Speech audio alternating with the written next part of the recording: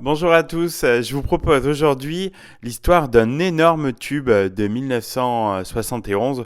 On peut même parler d'hymne à ce niveau-là. Vu son ubiquité, il semble impensable qu'Imagine de John Lennon ne soit pas sorti en single en Grande-Bretagne et qu'il ait fallu pour cela attendre 1975, année où ce titre a servi à assurer la promotion de Chef de Fiche, album regroupant divers titres parus depuis la séparation des Beatles. Même ainsi, il ne se classa qu'en sixième position dans les hit parades, une place médiocre pour un futur standard.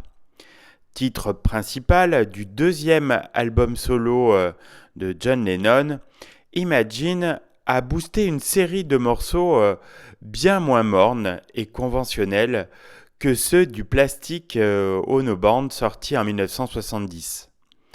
Avec ce disque pareil à un cri primal, John Lennon mettait au jour quelques problèmes très personnels, même s'il devait y avoir une pique à l'égard de son ancien compagnon, Paul McCartney, avec How Do You Sleep.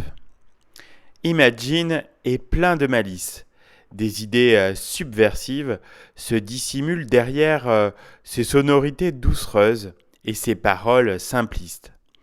Un trope inspiré par la philosophie de Yoko Ono, qu'il avait découvert dans le recueil de poèmes de celle-ci.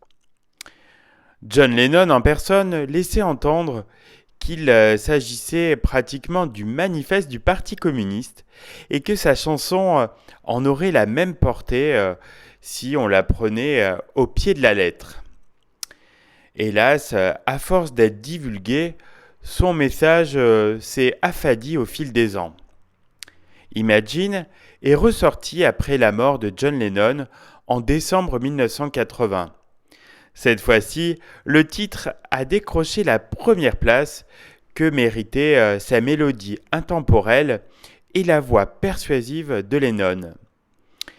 Il a formé, avec Just Like Starting Over et Woman, le triumvirat des tubes d'une Angleterre en pleurs.